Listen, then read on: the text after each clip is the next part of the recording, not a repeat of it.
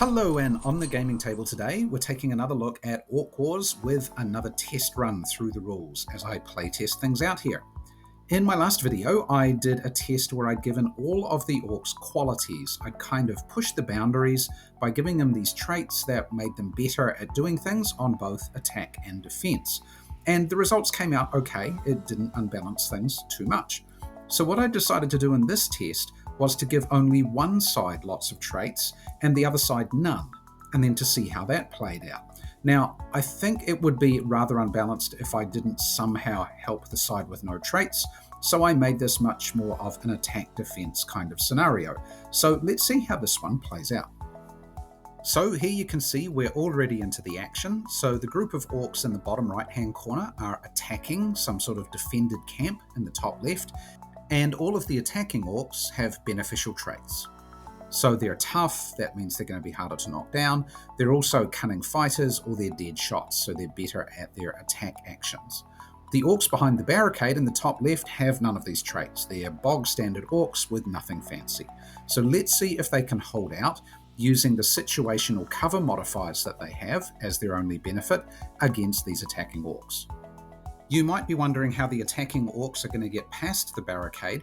In the basic rules, there is a generic climb action that's part of movement, so the orcs will just be able to climb over by spending inches of movement. So no problem there, they just have to get close enough and then they have to get stuck in.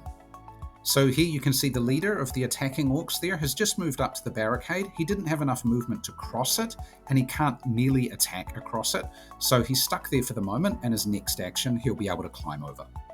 Now, there has been some shooting going on at this stage. The defenders have obviously been shooting away as best they can, and the attackers have been taking a few shots as well. But at the moment, none of those shots has had an effect. There's been a couple of hits, but the orcs have made their defense rolls, and so no effects at the moment. The defenders are getting a little bit nervous here as two of the attacking orcs are right beside the barricade and another one has moved out into the open there, and they've been shooting away furiously, and then finally they do get a hit and they manage to knock one of the attackers down, even though he has that tough trait that makes him a little bit harder to take out. So now the attacking orcs will have to take morale checks, and this could be the undoing of them. However, they easily manage to pass their first morale test, and then they quickly start to clamber over the barricade and engage, and immediately have some success at taking down a couple of the defending orcs. So now the balance is shifting quite quickly. This is kind of what I expected might happen. I thought maybe the defenders might knock one or two orcs down on the way in, but then once the attackers got over the barricade, that they might clean up the defenders relatively quickly, simply because the defenders now have no cover benefit. And as things go on here, the defenders do what they can. They do as much shooting as they can, and they try and charge into melee and try and get some hits in, but they're finding it very hard to take down those attackers. While these counter-attacking actions by the defenders by charging into melee don't have any effects at knocking down any of the attacking orcs, they do manage to recover one of their fallen mates here who gets back on his feet just before the end of the turn, and so it won't be too bad for them for a morale test this turn. Both sides have one orc down at the end of the turn. In the next turn, the attackers immediately manage to take out another one of the defenders, so now they're back to 2 down again, and so as things progress, there are hits going on, nothing more falls at the moment, and then we have a premature end to the turn before all the orcs have acted because of the way that the initiative works. I'll talk about that in a mechanics video on another day. But basically, because of the way the dice rolls came out for the actions, not every orc got their action, and so here you can see we're just pulling up the markers, which are representing the orcs that are done, even though not all of them went, and now we're going into morale and then another turn. The defenders get the first actions in the turn, and this time they manage to get a lucky shot in and take out one of those deadly attacking orcs that's over the wall. Even though the attackers do manage to get another one over the wall almost immediately, that means there's now 2 orcs down on the attacker's side, and so that puts them in danger for their morale tests that will come up at the end of the turn. Unfortunately for the defenders, that advantage doesn't last long. One of theirs is taken down on the top right, and then one of the other attackers that got knocked down before stands back up again, so they're back at a disadvantage on the defending side. This is one of the things about Ork Warz, is that orcs have a chance to recover from their first hit. If the boot gets stuck in, they're down and out, but sometimes, just like the defender here, they can pop back up onto their feet and get back in the fight again.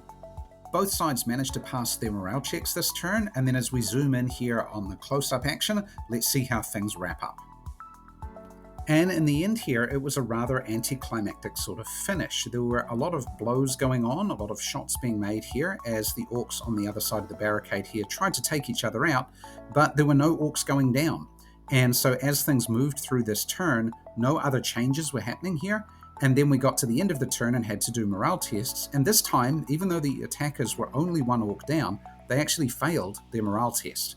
That means that they would now withdraw, and the defenders have somehow managed to hold out here. This is not what I was expecting, especially given that some of the orcs were on the other side and the defenders had a couple down, but that's the way things come out sometimes.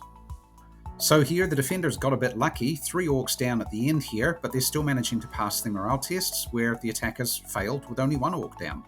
Oh well, that's the way the cookie crumbles.